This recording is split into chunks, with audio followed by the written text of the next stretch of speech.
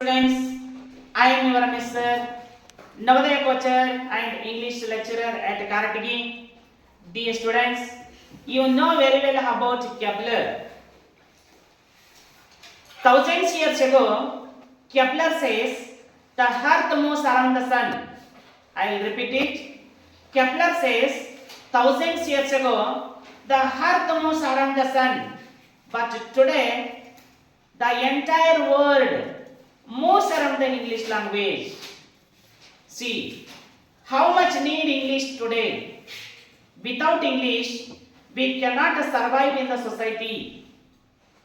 Definitely students, this English play vital role in your life. That's why you have to learn English. Dear students, I brought one more important chapter, that is one word substitutes. In Kannada, ಏಕಪದ ಪ್ರಯೋಗ. Once again, I tell thank parents who are calling me different places from different districts. They are appreciating me. They are stimulating me. They are encouraging me by seeing my videos. Dear students, come to the point. See, one word substitutes in Kannada ಏಕಪದ ಪ್ರಯೋಗ. ಏಕಪದ ಪ್ರಯೋಗ ಅಂದ್ರೆ ಏನು ಅನ್ನೋದನ್ನ ನಾವು ಅರ್ಥ ಮಾಡ್ಕೊಳ್ತಾ ಹೋಗೋಣ. ನೋಡಿ, ಈಗ ಫಾರ್ ಎಕ್ಸಾಂಪಲ್ ನಿಮ್ಮ ಮನೆಯಲ್ಲಿ ಒಂದು ಡೋರ್ ಮುರಿದೋಗಿದೆ. ಒಂದು ಡೋರ್ ಮುರಿದೋದಾಗ ನಿಮ್ಮ ಮನೆಯಲ್ಲಿ ಏನಂತಂದ್ರೆ ನಿಮ್ಮ ಪೇರೆಂಟ್ಸ್ ಹೇಳ್ತಾರೆ ಏನಂತಂದ್ರೆ, ನೋಡಪ್ಪ ಮಗನೇ, ಡೋರನ್ನ ತಯಾರು ಮಾಡುವಂತವ್ರು, ಡೋರನ್ನ ರೆಡಿ ಮಾಡುವಂತವ್ರು ಅಂದ್ರೆ ಕಟ್ಟಿಗೆಯ ಕೆಲಸವನ್ನ ಮಾಡೋರ್ನ ಹೋಗಿ ಕರ್ಕೊಂಡು ಬಾ ಅಂತ ಹೇಳೋದಿಲ್ಲ ಅವರು. ಏನಂತ ಹೇಳ್ತಾರೆ ಗೊತ್ತಾ? ಒಂದೇ ವರ್ಡ್ ಅಲ್ಲಿ, ಅದಕ್ಕೆ ಒಂದೇ ವರ್ಡ್ ಕರ್ತಾರೆ, ಏನಂತಾರ, ಬಡಿಗನನ್ನು ಕರ್ಕೊಂಬಾ ಅಂತ ಹೇಳ್ತಾರೆ. ಅಂದ್ರೆ ಇಲ್ಲಿ ಒಂದು ವರ್ಡ್ ಸಬ್ಸ್ಟಿಟ್ಯೂಷನ್ ಅಂತಂದ್ರೆ, ನೋಡ್ರಿ, ಒಂದು ಸೆಂಟೆನ್ಸ್ ಕೊಟ್ಟಿರ್ತಾನೆ. ಒಂದು ಸೆಂಟೆನ್ಸ್ ಅಂದ್ರೆ ಏನು? ಸೆಂಟೆನ್ಸ್ ಅಂದ್ರೆ ಹಲವು ಪದಗಳು ಸೇರಿ ಒಂದು ಸೆಂಟೆನ್ಸ್ ಆಗುತ್ತೆ.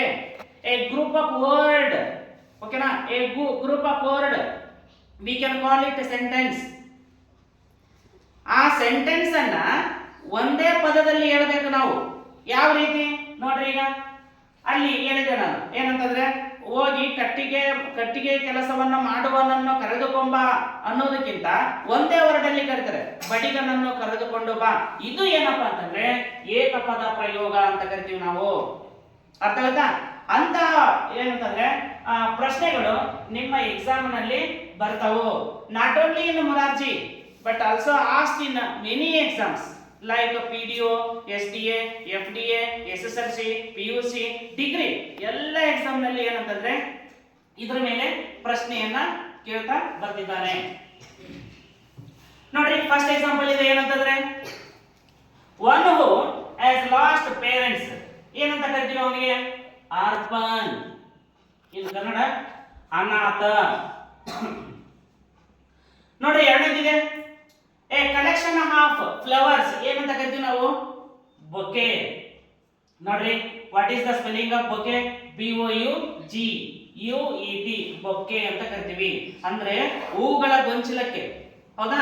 ಹೂಗಳ ಗೊಂಚಲಕ್ಕೆ ಏನಂತ ಕರಿತೀವಿ ನಾವು? ಬೊಕೆ ಅಂತ ಕರಿತೀವಿ. ನೆಕ್ಸ್ಟ್ ನೋಡ್ರಿ, ಮೂರನೇದು A person who works in a library. ಏನಂತ ಕರಿತೀವಿ ಅವನಿಗೆ? ಲೈಬ್ರೇರಿಯನ್. ಅಂದ್ರೆ ಲೈಬ್ರರಿಯಲ್ಲಿ ಕೆಲಸ ಮಾಡುವವನಿಗೆ ಏನಂತ ಕರಿತೀವಿ ನಾವು? ಲೈಬ್ರರಿಯನ್ ಅಂತ ಕರಿತೀವಿ. ನೆಕ್ಸ್ಟ್, ಒನ್ ಹೂ ನೋಸ್, ಓಕೆನಾ, ಸೆವರಲ್ ಲ್ಯಾಂಗ್ವೇಜಸ್. ಅಂದ್ರೆ ಹಲವು ಭಾಷೆಗಳನ್ನ ಗೊತ್ತಿರೋರಿಗೆ ಏನಂತ ಕರಿತೀವಿ ನಾವು? ಲಿಂಗ್ವಿಸ್ಟ್. ಓಕೆನಾ, ಲಿಂಗ್ವಿಸ್ಟ್ ಅಂತ ಕರಿತೀವಿ. ನೋಡಿ, A person who rights books. ಏನಂತ ಕರಿತೀವಿ ಅವರಿಗೆ? ಆಥರ್. ಇನ್ ಕನ್ನಡ ಲೇಖಕ. Sixth one, a person who can't read or write. ಏನಂತ ಕರಿತೀವಿ ಅವನಿಗೆ? illiterate, ಅನಕ್ಷರಸ್ಥ ಅಂತ ಕರಿತೀವಿ ಕನ್ನಡದಲ್ಲಿ. A person who writes one's life story ಅಂದ್ರೆ ಬೇರೆಯವರ ಜೀವನದ ಒಂದು ಏನು ಕಥೆಯನ್ನ ಬರೀತಾರಲ್ಲ ಅವನಿಗೆ ಏನಂತ ಕರಿತೀವಿ? ಬಯೋಗ್ರಫಿ. ಏನಂತ ಕರಿತೀವಿ? Biography. Next, A person who rights own life story, ಅವ್ರಿಗೆ ಏನಂತ ಕರಿತೀವಿ? ಆಟೋಬಯೋಗ್ರಫಿ. ಅಂದ್ರೆ ತನ್ನ ಲೈಫ್ ಅನ್ನ ಕುರಿತು ತಾನೇ ಬರ್ಕೊಳ್ಳೋನಿಗೆ ಏನಂತ ಕರಿತೀವಿ ನಾವು? ಆಟೋಬಯೋಗ್ರಫಿ ಅಂತ ಕರಿತೀವಿ. ನೆಕ್ಸ್ಟ್ 9th ನೋಡ್ರಿ, a place where objects are exhibited, ಅಂದ್ರೆ ಅಲ್ಲಿ ಏನು ಮ್ಯೂಸಿಯಂ ಅಂತ ಕರಿತೀವಿ. ಹೌದಾ? ಓಲ್ಡ್ ವಸ್ತುಗಳನ್ನ ಒಂದು ಪ್ಲೇಸ್ ನಲ್ಲಿ ಇಟ್ಟಿರ್ತಾರೆ, ಅದಕ್ಕೆ ಏನಂತ ಕರಿತೀವಿ ನಾವು? ಮ್ಯೂಸಿಯಂ ಅಂತ ಕರಿತೀವಿ. What is the spelling of museum? MUSEUM. ಓಕೆನಾ? ಮ್ಯೂಸಿಯಂ ಅಂತ ಕರಿತೀವಿ.